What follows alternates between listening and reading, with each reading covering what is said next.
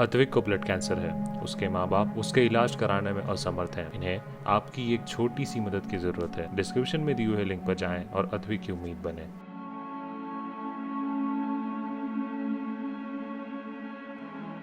दिल्ली विश्वविद्यालय के chairman admissions professor Rajiv Gupta हमारे साथ हैं। राजीव जी, जिस तरीके से सीबीएसई और आईसीएसई ने सुप्रीम कोर्ट में अपनी तय गाइडलाइन और डेडलाइन दोनों दे दी है, लेकिन आपकी यहाँ से आपका काम शुरू होने वाला है क्योंकि डीयू में एडमिशंस का प्रोसेस शुरू करना है। आपकी क्या तैयारी? देखिए, पहली बात तो जो मैं सीबीएसई और आईसीएसई बोर्ड के बारे में कहना चाहता हूँ, ये प्रतिष्ठित बोर्ड है हमारे देश के। तो उन्होंने जो भी फॉर्मूला जो सुप्रीम कोर्ट में हलफनामा दाखिल किया है, उसके हिसाब से मुझे लगता है कि काफ़ी सोच समझ के जो हमारे देश के अधिकतर स्कूल हैं उनकी राय लेकर उन्होंने ये फॉर्मूला बनाया है।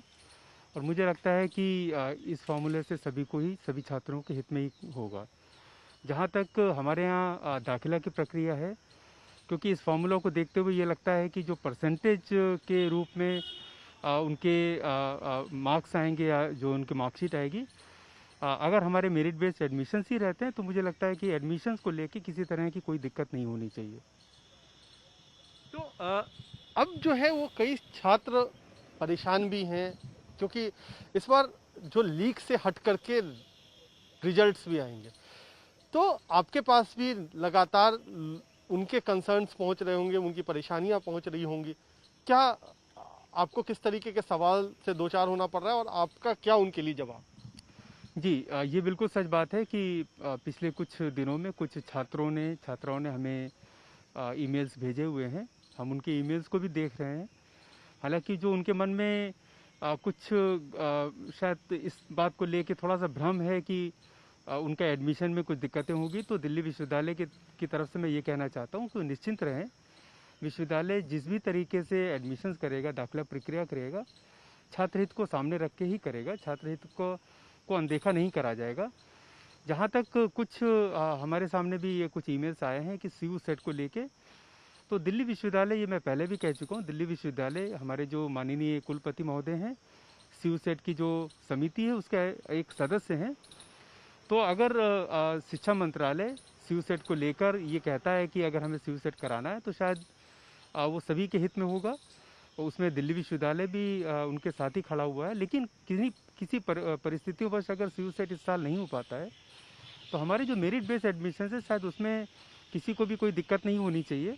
हमारी पूरी प्रक्रिया ऑनलाइन रहेगी। घर पर से बैठ के आप काम करिए, घर से बैठकर आप अप्लाई करिए, और मुझे नहीं लगता है कि किसी छात्र को किसी भी तरह की परेशानी होगी। एक बार वही हम भी अपने जो भी दर्शक हैं और जो छात्र देख रहे हैं उनको भी ये बताना चाहते हैं कि सीयू सेट यानी central university centralized examination test, entrance test. तो अगर इस तरीके की परीक्षा होगी तो क्या हर विषय के लिए होगी, किस तरीके से होगी, क्या अगर नहीं होगी तो क्या होगा? देखिए, जितनी जानकारी मेरे पास उपस्थित है, मुझे भी जो समाचार पत्रों या इस तरह के माध्यम से जानकारी है उसके हिसाब से मैं बता सकता हूँ कि जो सीयू सेट का जो एग्ज़ामिनेशन लेने का तरीका है, उन्होंने कहा है कि वो दो भाग में लेंगे। पहला भाग होगा कि जहाँ पर general knowledge, reasoning, mathematics, languages इस पे रहेगा, और जो दूसरा भाग होगा इस परीक्षा का, वो सब्जेक्ट स्पेसिफिक होगा।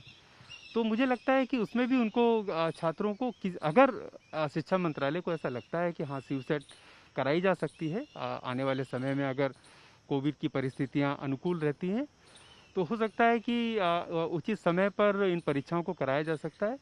और क्योंकि इस तरह का सिलेबस, जितना मुझे जानकारी, इस तरह का सिलेबस रखा गया है कि छात्रों को किसी तरह की दिक्कत होगी नहीं। अच्छा, अब कब तक आप प्रक्रिया जो शुरू करेंगे दाखिले की, क्योंकि उसको भी लेकर के छात्रों के मन में सवाल है। देखिए, अभी तक सीबीएसई ने और आईसीएसई बोर्ड ने, दो बोर्ड्स ने अपना जो फॉर्मूला है वो बताया है। सुप्रीम कोर्ट में हलफनामा दाखिल किया उन्होंने। हम उम्मीद करते हैं कि जो देश के राज्य स्तर के बोर्ड हैं वो भी आने वाले समय पर या तो अपना फॉर्मूला में मतलब सभी को बताएं कि किस तरह का फॉर्मूला, या तो वो सीबीएसई का फॉर्मूला भी अडॉप्ट कर सकते हैं। दूसरा है कि हमारे लिए एक ये भी जानना जरूरी है कि जो स्टेट बोर्ड्स हैं उनके रिजल्ट्स कब तक आएंगे। सीबीएसई ने जरूर कहा है कि 31 जुलाई तक वो अपने रिजल्ट्स निकाल देगी, लेकिन जो बचे हुए देश के जो अन्य राज्य बोर्ड हैं, हम उनसे भी उम्मीद करते हैं कि वो भी एक निर्धारित समय सीमा में अपने जो राज्य स्तर के बोर्ड रिजल्ट्स हैं वो भी रिलीज़ कर दें, ताकि हमारे विश्वविद्यालय के एडमिशन प्रोसेस में, क्योंकि हम चाहते हैं कि जितने भी हमारे जो देश के अन्य राज्य हैं उनके बोर्ड हैं, वहाँ के छात्र किसी भी तरीके से वंचित ना रह जाएं। तो हमारी कोशिश यही रहेगी कि जुलाई में रजिस्ट्रेशन प्रोसेस हम शुरू कर दें। हालांकि जो एडमिशन प्रोसेस है वो शायद अगस्त के मध्य भाग से शायद शुरू होने की संभावना है। तो जुलाई से एप्लीकेशन का जो प्रोसेस है वो शुरू हो सकता है दूसरे या तीसरे हफ्ते से, और जो अगस्त का दूसरा या तीसरा हफ्ता है तब से दाखिले की प्रक्रिया शुरू हो सकती है। लेकिन जो एक सवाल है कि सीयू सेट होगा नहीं होगा, यानी दाखिले के लिए क्या एग्जाम देना पड़ेगा, वो केंद्र सरकार को तय करना है। अभी उसके बारे में कोई दिशा निर्देश दिल्ली यूनिवर्सिटी को प्राप्त नहीं हुआ है।